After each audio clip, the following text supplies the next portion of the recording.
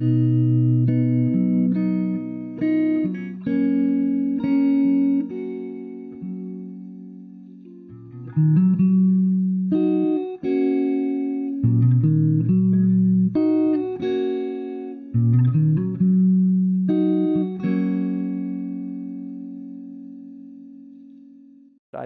read your book recently, How to Be a Conservative, and I think it's arguably a serious question: is conservatism still alive at all? Because we've seen in the United States, for instance, conservatism has been reduced to a type of free market economy. It's really an economic conception and not really a moral conception. So maybe we could just start. Yeah, well, this is one of the worries that intellectual conservatives like me have. There aren't very many intellectual conservatives, it has to be said.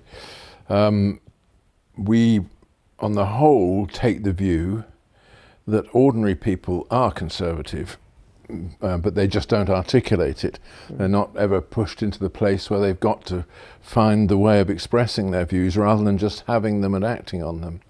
But when it comes to politics, in a democracy, politicians have to offer things always. Right. And that means that there's a natural tendency for them to put their policies and their suggestions in economic terms. They say, you will be so much better off if you vote for us than if you don't. And gradually the language of economics takes over every question, so that it doesn't look as though there's any real distinction between politics and economics. And I think this has actually damaged the conservative position greatly, because precisely what conservatives are trying to say is that there are things that are jeopardized, things that are at risk, precisely because of our modern way of assigning a cost to everything. Right. Of seeing everything in economic terms, the profit and the loss dominating everything, rather than those things that really matter to the spiritual and moral health of the community.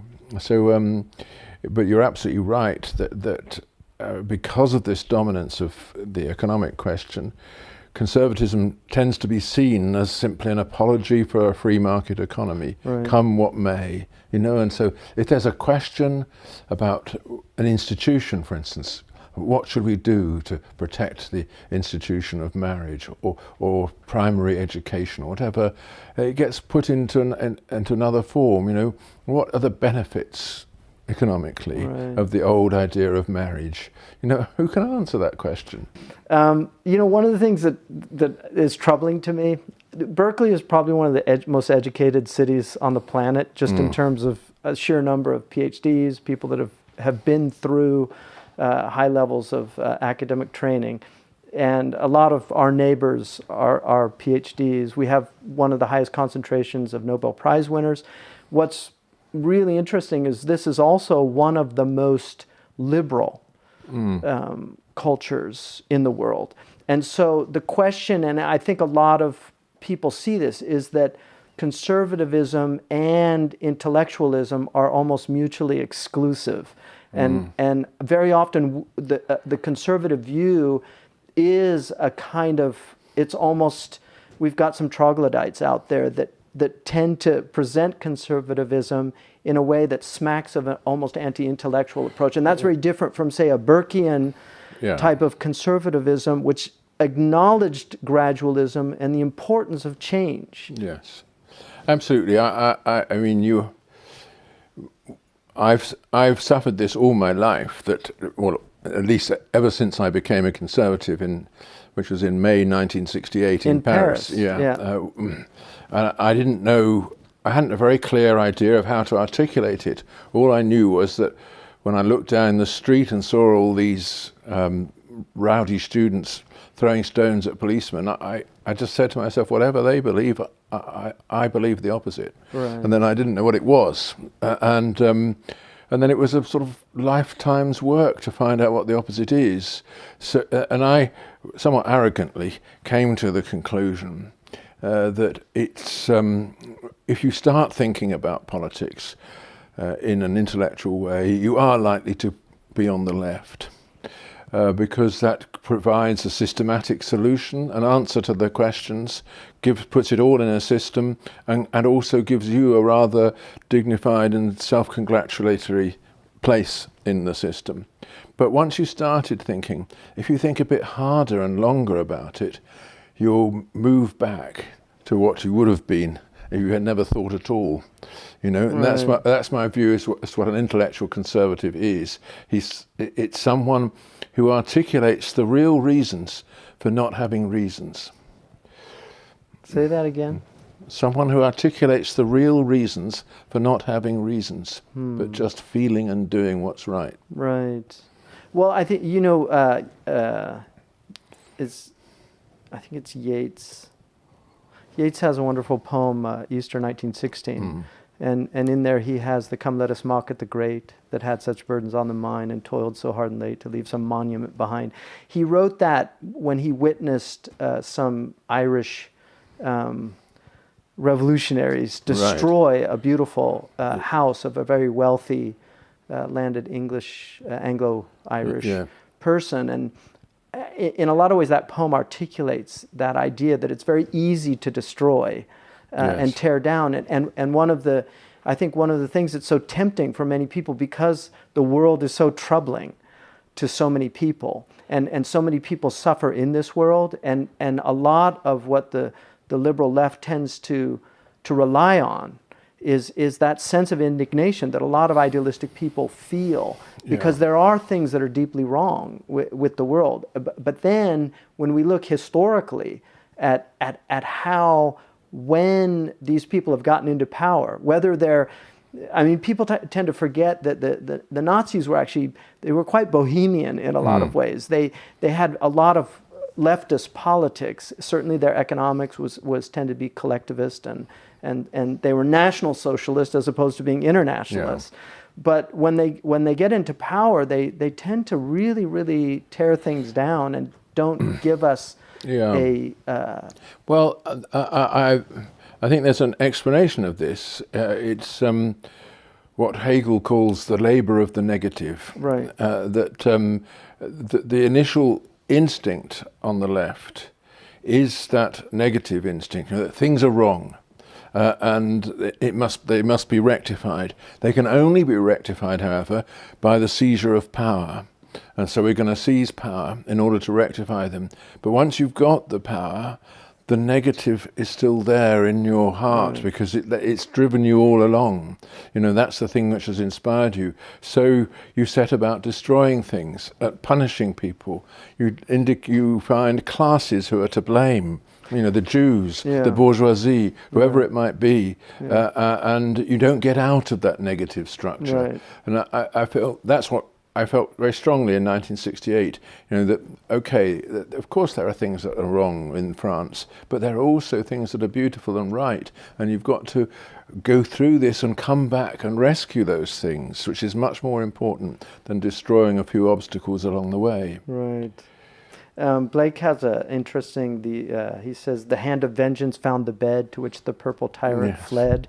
The iron hand crushed the head, and came a tyrant in its stead." And that tends to be a pattern that we see again and again, that if you have, for instance, in Iran's a good example of that. I mean, Savak was one of the major reasons for the revolution itself, because the heavy-handedness of the Shah, his secret police, which he probably had no idea. They very often live in these silos and bubbles. But they've got, the secret police, the apparatus all comes back. And the disappearing, the people that disappear all disappear again. So, I mean, this is part of the problem. But again, it's still this fundamental problem. For instance, I mean, one of the things that you talk about in Fools, Frauds, and Firebrands is the idea of power being the way in which everything is articulated. The critique is about power. I mean, Foucault's a good example of that, of somebody who just saw everything in terms of power. But there's definitely truth embodied in that, and I think that's why it's so seductive for so many people. I mean, we have to deal with the fact that so many people are seduced by this, because they experience, especially marginalized and disenfranchised people. Yes, that is true. But of course, in the intellectual world, it's extremely corrupting to see things in this Foucauldian way. Instead of asking the question, is what Hamza saying true? I ask the question, what power is advancing behind that? You then disappear from the picture, right. and also what you've said disappears from right. the picture. Yeah. I'm no longer engaging with you, I to thou, at all, right. Because without the concept of truth, there is no real engagement between people. All I am seeing is the power that's speaking through you, and that, of course, you can look at the whole of culture in that way, which is essentially what the postmodern curriculum is, right. taking one writer, one philosopher, one musician after another, and just talking about, like Susan McClary on Beethoven. This is fantasies of rape speaking through right. this music. right. It's extremely boring after a while because it's totally mechanical. It's a lens. I mean, one of the things I say about critical theorists, that if it was a lens, that it might be useful sometimes to just peer through that lens, but it's a corneal transplant. That's a good metaphor. Yeah, it becomes the only way. Yes. And I've seen, one of the things that I've seen with students in my own teaching experience is, I've had critical theorists in my classes, and whenever they raise their hand, I could almost verbatim tell them what they're going to say, yes. the response that they're going to give to whatever was said. Yes. And well, then we need to understand why it is so seductive. That's my point. It troubles me how seductive it's been, and it also, I grapple in my own self with the amount of genuine injustice in the world that takes place on a daily basis. And I mean, for instance, their attacks on capitalism, to me, the corporate world today is so powerful, and to use a favorite term in that world is hegemonic. This idea where monoculture becomes so imperious, and we've seen so many. I mean, I'll give you an example. When I was young, one of the treats in my experience was to go to a bookstore. Bookstores have pretty much been wiped out in the United States because of these corporations. So small bookstores are not able to survive. So now you had Borders, but then Borders goes bankrupt, and then now we're left with Barnes and Noble, and so if you go in, who's picking those books? Who's actually choosing what books? Like if you go, for instance, to the teen section, it's almost all about vampires and really weird occultic stuff. It's not like, the Hardy Boys or Nancy Drew mysteries. It's very corrosive ideas. And we've slightly changed the topic now. We're not really talking about this postmodern obsession with power. Right. We're talking about change in the structure of life. Right. But for me, a lot of, I'll give you an example. Herbert Marcuse, who I'm not a fan of by any stretch, but when I read some of his works, I was struck by real insights about things that were very troubling about American culture. One-dimensional man, this idea of a consumer and life as consumption, and losing meaning. I mean, his solutions is a whole other problem. And this is something I think that's very seductive, is that the critical aspect of Marxism and neo-Marxism has always been, it's always had a resonance in a lot of people. There's something very, very powerful about it. When you get to solutions and how we deal with these things, we're in another realm. But if I think if conservatives don't really address the real serious critiques that are there about the status quo. Yeah, I think you're right. They have perhaps neglected those critiques, but as I was saying earlier, the purely negative approach to the status quo is simply going to perpetuate this negativity, and has done. If you're not, the typical conservative, in my reading of events, is someone who looks around himself and he finds things that he loves, and he thinks, well, those things are threatened, they're vulnerable, Right. I've got to protect Right. them. And it's not often that you find on the left somebody who looks around and finds things that he loves. It's always something that's gone wrong, something that is even hateful, and you've got to mobilize against it. If you've lost any sense that actually the world is lovable and that there are things therefore to be rescued in it, you have actually lost the sense of why there is such a thing as a community in the first place. And that, I think, is one of the things that I felt very strongly throughout my life, that there really are wonderful things that we've inherited. All Americans, however, whatever position in society they are still heirs to something rather remarkable. A rule of law which goes on perpetuating itself from generation to generation. If only people knew how rare that was, they would see that they've got to fight to preserve it. And the same with so many other institutions that we inherited. I couldn't agree with you more. I think one of the most interesting things, and Gwynne, we were talking about Gwynne earlier, the grammarian. One of the things that Gwynne points out, and it really struck me in his little book on grammar that made quite a splash, I think, in the UK. One of the things that he points out is that language, our English language, has not changed a great deal. I mean, the conservation of the language, because there's a lot of people, the descriptivist will just say that language is whatever people use. But there is a reason to hold on and to preserve language, because if we allow language to dissipate into private languages, we lose the ability to communicate as a culture or a civilization. That is all true, but also equally true is the fact that language as we inherit it is not the product of a single person.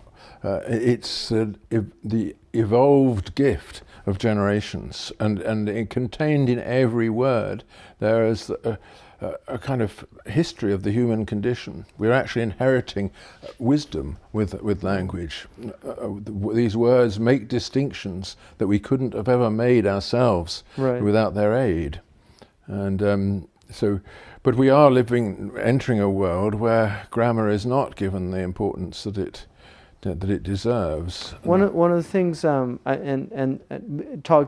me, I mean, conserving language is extremely important, and it was an obsession of Muslims. The idea, the Quran, in essence, almost froze the Arabic language in a period. So the ideal of Arabic will always be the Quran, and in some ways the King James Bible did that to English to a certain degree. Yes, it did.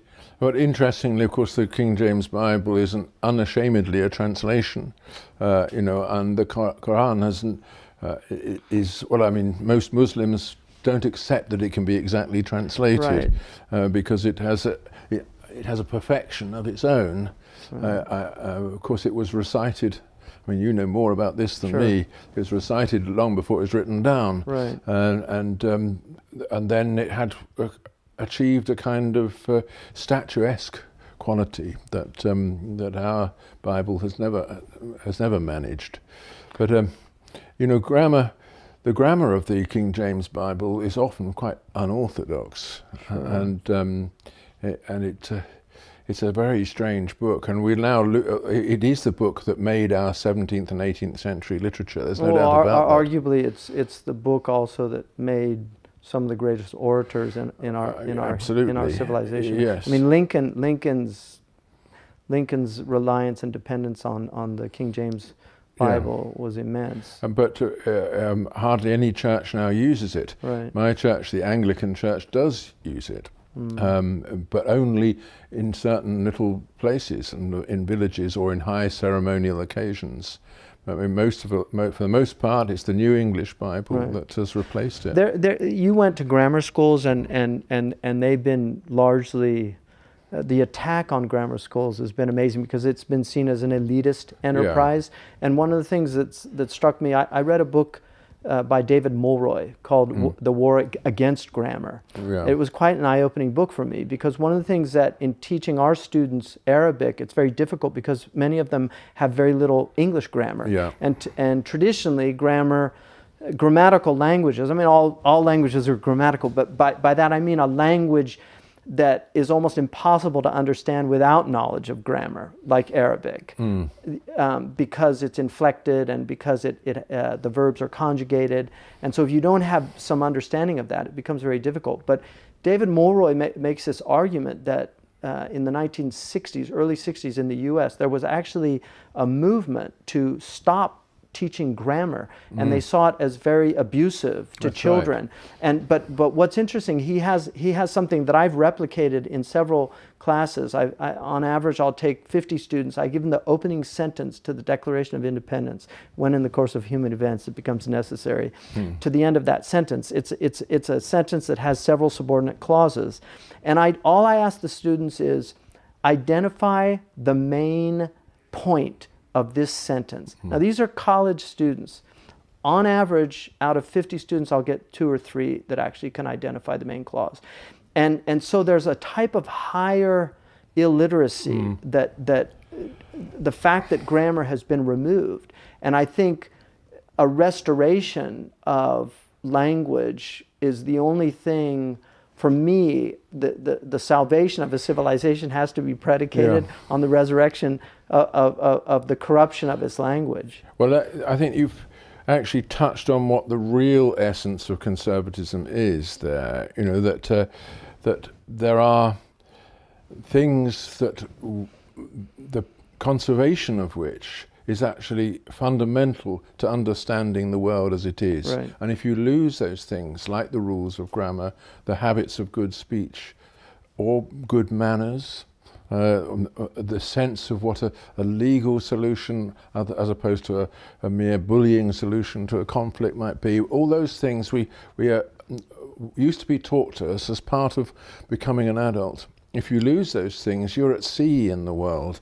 And I think that's one of the things that most worries me about modern education. You refer to this movement in our schools to abolish grammar as elitist. It's absolutely true that grammar is elitist because it makes a distinction between the people who know it and the people who don't. Right. And that's the kind of distinction that we all need if we're to survive, not only as a civilization, but as individuals too. Right. So this is where the real arguments for conservatism, in my view, should be based, not in the economic sphere at all, but in these fundamental cultural inheritances. Yeah, I couldn't agree with you more. And I think it's one of the things that really troubles me. We had recently a professor, I think, down in Southern California at a major university, who was considered racist because he was demanding that the students use proper grammar. And so the minority students objected to that because they felt that it was discriminatory. It was discriminatory. And one of the things about in our culture, and I think the poor white people in this culture are also disenfranchised from a type of normative or conventional language. And I think it's very disempowering to do that. Yes, of course. When I was at school, grammar school, I came from a poor background, right? You know, and we were our teachers, as their first instinct when they found that you were in some way handicapped by the language that you'd learned from your parents, was to take you in hand, give you the advantage which your family had not, so that you could catch up with the others. Right. And I think that's that idea of teaching, that you're actually lifting people up so as to be able to receive their inheritance. That idea has gone to a great extent. It's much more now that the teacher comes down to the level of the student. Exactly, and this Pygmalion's a good example of that, because Shaw in Shaw's Pygmalion, and obviously there's a lot of irony and sarcasm in that, but the idea of the flower girl who speaks non-standard English, wanting to speak like a lady, to speak proper, as a way of upward mobility. Yes. And one of the things that Toynbee points out is that a civilization on its way out inverts that. So there's a vulgarization of the patrician class, where they begin to speak in profanities. Yes. and become. Yeah, unfortunately that is so, yeah. But I think we mustn't be too pessimistic about everything. Okay. But, I mean, your role, you are someone who's found in Islam something which gives him the foundation that he needs in order to confront this gradual degeneration of things all around. And I respect that. If one can find that foundation, one can then start building again to recapture those things which are jeopardized by the laxness of modern society. And I think you've got to be optimistic about that. You've got to think that you can recapture these things. Otherwise, what are you doing as a teacher? That's... Yeah. It depends on what day it is. Oh, really? Okay, right. So yeah, right. the Arabs have a famous story about a king who had a positive day and a negative day. Right.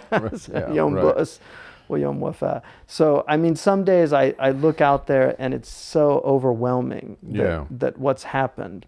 I think it we're old enough, you're a little ahead of me, but we're both old enough to know how different the world that we grew up in is today, and it's quite devastating in a lot of ways. My mother, who was 96 when she passed, I said to her, she when she was born, there was an Ottoman caliph in 1921, right. and I asked her, and she was extremely liberal, and I was raised with a lot of liberal sensibilities. My father was very conservative, but so I got both sides, and it was very interesting to see those two views and how powerful each one is in its own way. But when I asked her once, just what do you think is the worst thing about what's happening? And she said manners. Yes. Just the loss of manners. And there's a French, I can't remember his name, but there was a French ethicist who wrote a book on virtues about 15 years ago. Was that Comte? Comte. Something. Comte. It was called the Book of Virtues. That's right. And the first virtue he had in there was courtesy. Yes. And one of the foundational virtues of the Islamic civilization is adab. Yeah. And which means comportment. It means decorum. It means courtesy, but it also means literature. Yeah, exactly. Yeah. So the adib is the adib is somebody who has absorbed the humanities. Yes, the habits of proper dialogue, and I mean that is very interesting. Of course, you living here in Berkeley, you only have to look out of the window to see how far things can decline. I look out of my window onto the English countryside, right, and mostly horses whose manners remain constant from generation to generation. But go ahead. Yeah. But Berkeley is famous for being the pioneer in degeneracy of whatever form, and maybe one should, the very fact that you can plant your institution here. And still get, not only recruit people but also create this kind of atmosphere of peace and goodwill in the middle of all this, suggests that, that Berkeley-style degeneracy is perhaps not more than skin deep in the end. Well, can I say something in defense of Berkeley? Yeah. Of being here, I found the people here they're very welcoming people, and this is where I really try to avoid, and maybe it's my mother and my father's influence on me of just seeing both sides.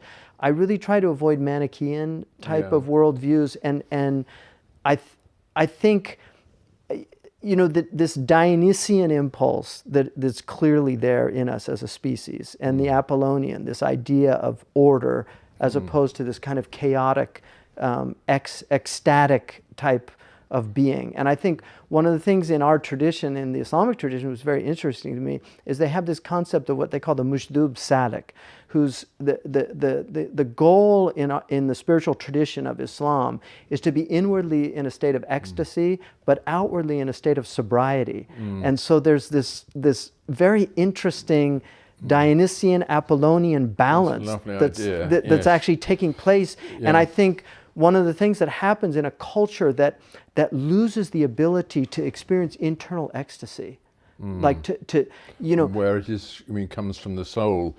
I mean, I'll give you an example. I've been reading a book called Videocracy, which is about viral videos online. And there was a video that went viral by this guy named Bear Vasquez. And it was him seeing a double rainbow outside of his house. And he's just in a state of just awe. And then he starts crying. He breaks down and just starts crying. And he's asking, what does this mean?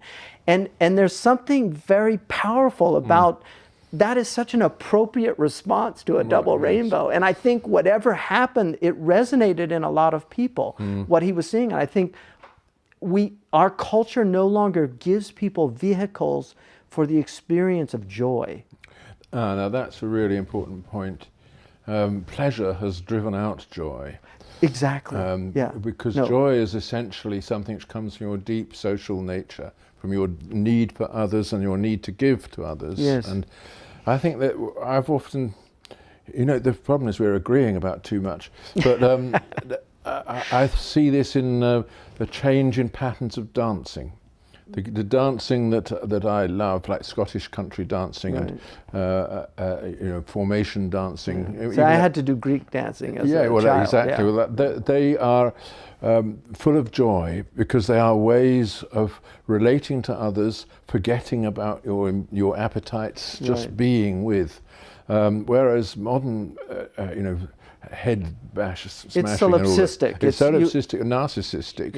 And narcissism is joyless because it concentrates only on what can be received and not what can be given. Well, the other thing what's fascinating too about that, because I thought about Dibke with Lebanese dancing, Syrian dancing, which is very similar to Greek dancing. That's right. And one of the things about that type of dancing is that there's a formalism that's very rigid, but within that formalism, once you master it, you're allowed to improvise and do certain things. There's a freedom that comes. And there was something that my father used to always say about the liberal arts, is that the purpose was this immense discipline that set you free. That through that structure and discipline, you actually become free.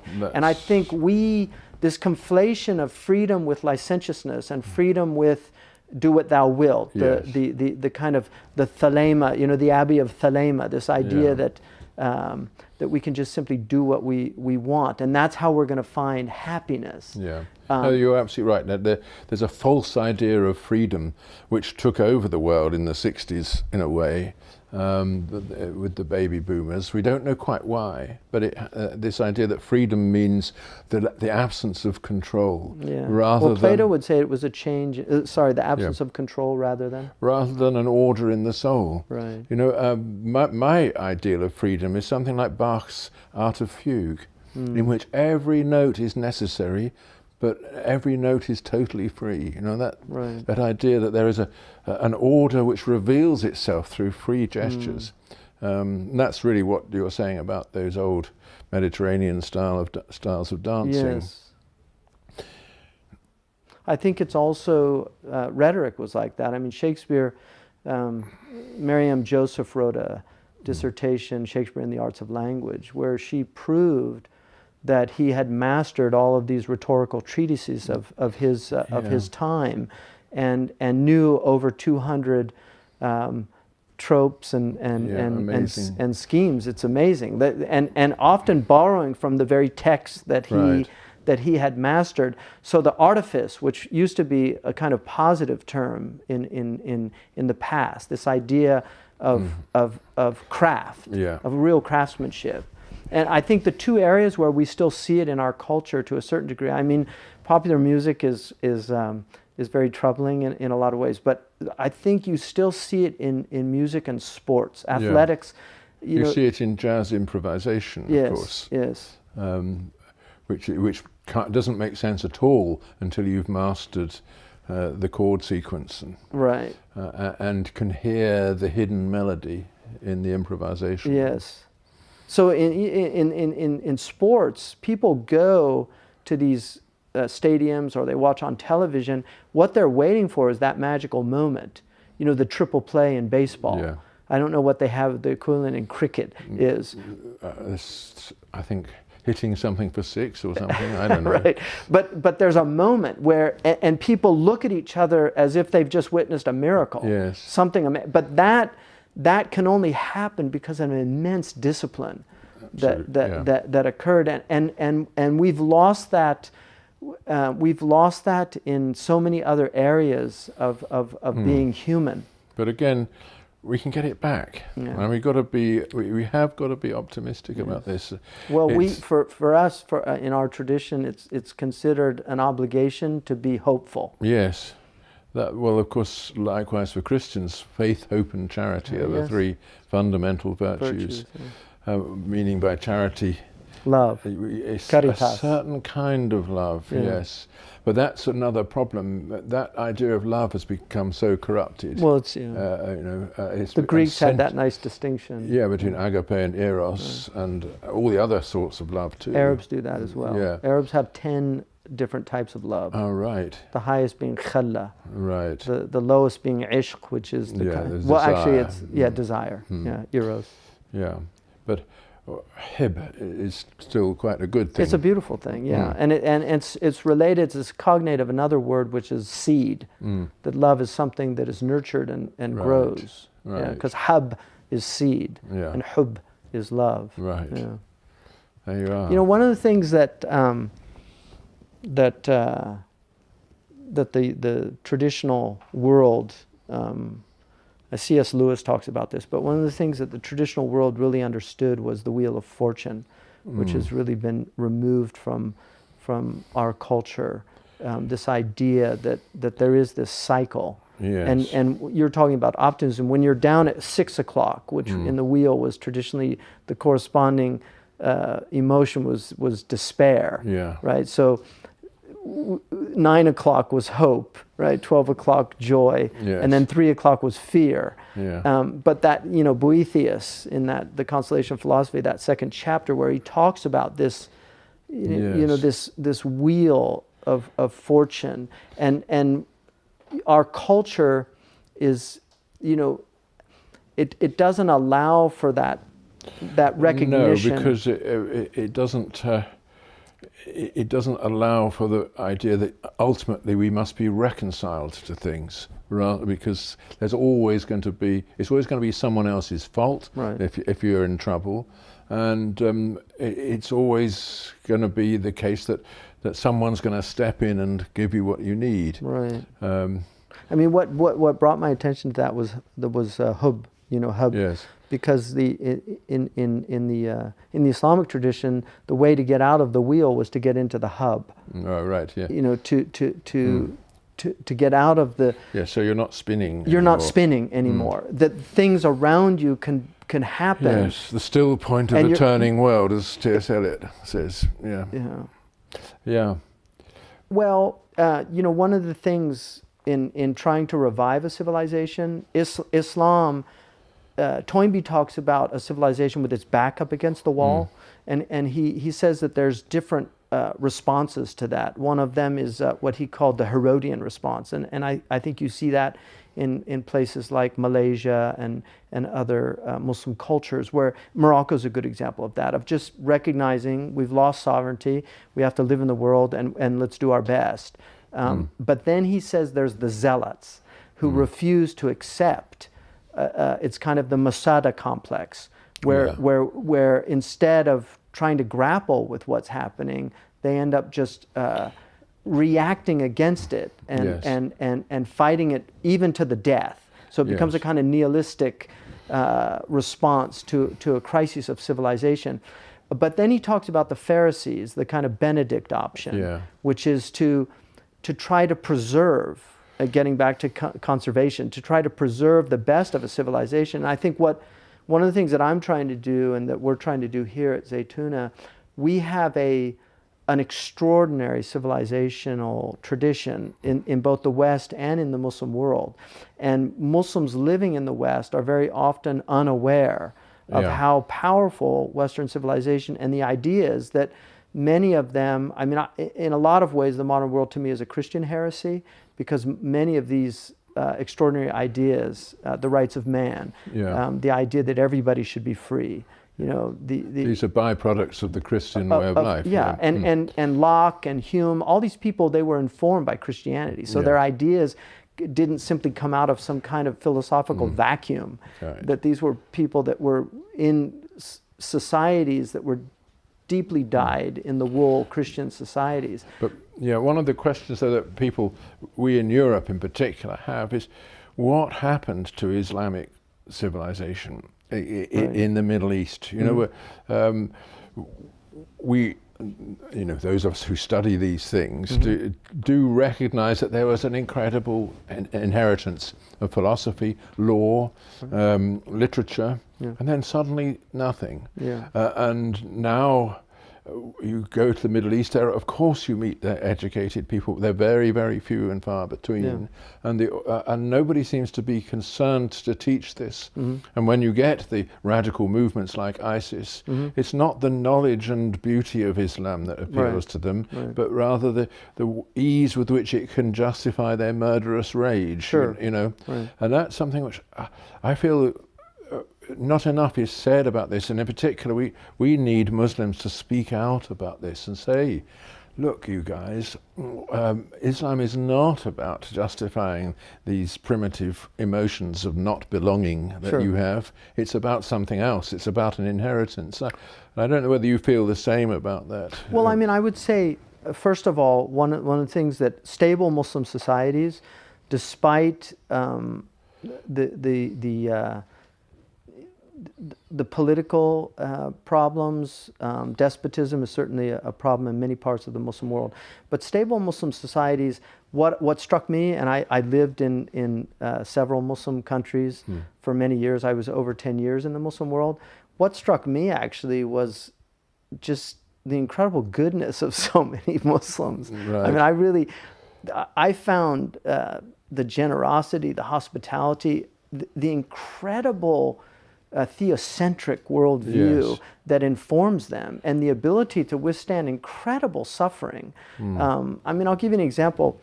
When I was in West Africa, 'cause I was trained as a nurse, so when I was in, and I lived in West Africa. When I was in West Africa, I went with a physician, and we would see patients. And one of the things that was so amazing was people would tell their symptoms, but they would always preface it by saying, "I'm not complaining. I'm just, you asked me what I'm feeling, so I want you to know I'm not complaining." And then they would just say, "Alhamdulillah," you know, praise be to God. And because they really were afraid of complaining. Just the gratitude was so powerfully embedded in a lot of these traditional cultures. I literally saw Moroccan men, when I first went to Morocco in 1977, on more than one occasion, if they saw bread, they would pick it up and put it on their forehead and then put it in a high place. You know, and Ezra Pound has a wonderful statement. He says that I don't know what power exploded in the 7th century of Arabia that spread to the libraries of Cordoba, but I got a glimpse of it in the way the Moor walked in 1913 in Tangier.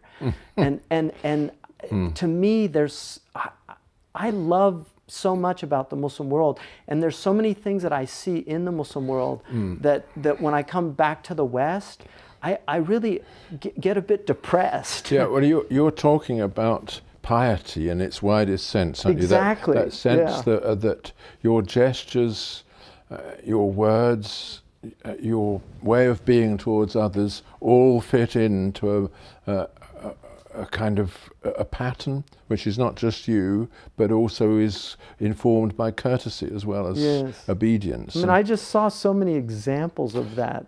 I'll give you just one.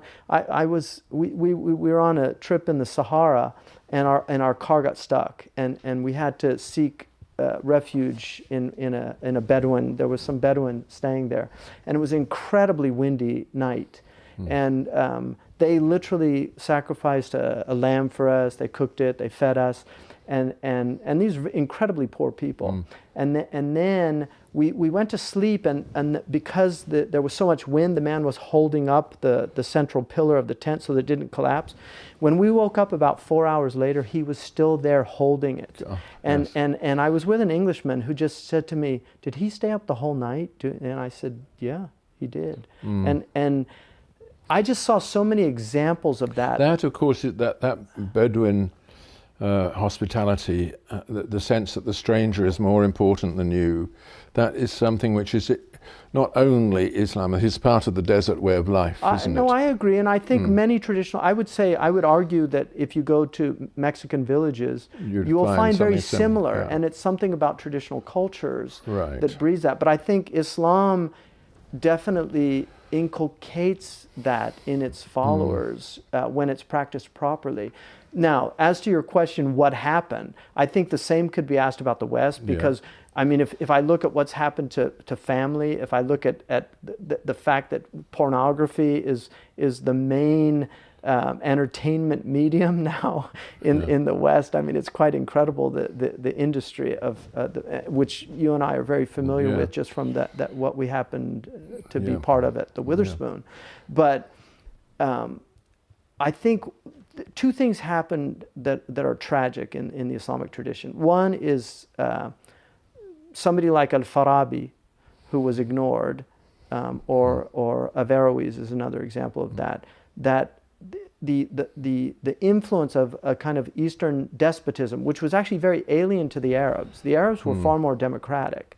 So the Prophet ﷺ, I mean, there's a chapter in the Quran called Shura, chapter 42, which is mutual consultation. Absolutely, yeah.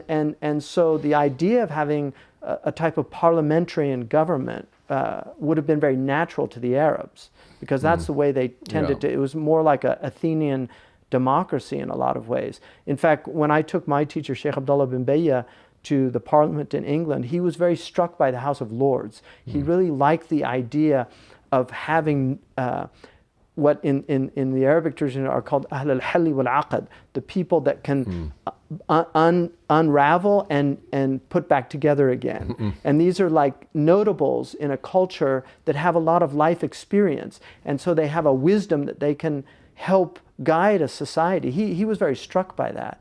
But he and this is something you bring up, I mean, he felt that a parliamentarian government would be perfectly consonant with an Islamic way of ruling, that there isn't really any fixed type of Islamic rule. And I think what happened in the Muslim world is despotism, a kind of an Eastern despotism, became a model.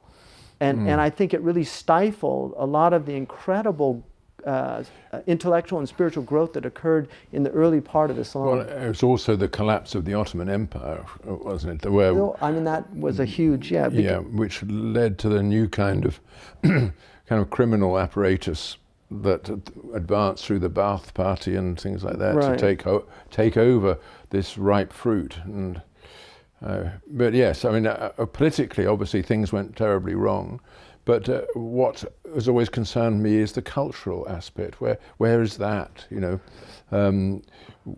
what has happened to the great universities, and where do we find proper, articulate discussions in literary form, and all the things that actually the Islamic civilization really needs? I mean, well, that's what we're trying to do here. Yes, of course. I mean, and I think there are people within the Muslim culture. I mean, I have friends in Turkey that are trying to do the same thing, and there are attempts. But again, if you look at the Muslim world has been hard hit for several hundred years. I mean, there's been a continual. There's an argument now amongst certain Orientalist tradition about that there wasn't a kind of stagnation or ossification, which I think, to me, is absurd. I mean, I can clearly see that the incredible interest in science and technology in early Islam was amazing. And I mean, if there was a Nobel Prize 1,000 years ago, it's been said, every name on the list would have been Muslim. So that's something that I think we as a a religious tradition and a ummah that we have to think deeply about, and I think it's very important. I mean, we called our journal Renovatio, or Tajdid in Arabic, which is to make new again, to renovate. The idea, and this is, I think, a very conservative idea, the idea that the house is there, and instead of tearing it down and rebuilding a house, if it's a beautiful house with a solid foundation, we need to renovate it, to make it new again. Yeah, absolutely. Well, that's the same task that we have in the West, but of course we have the freedom to do it. That's the important thing that many people worry about the Muslim world. Do people have the freedom to do what you want to do? Well, I think you're certainly doing your role in promoting the idea of conserving the best of the past.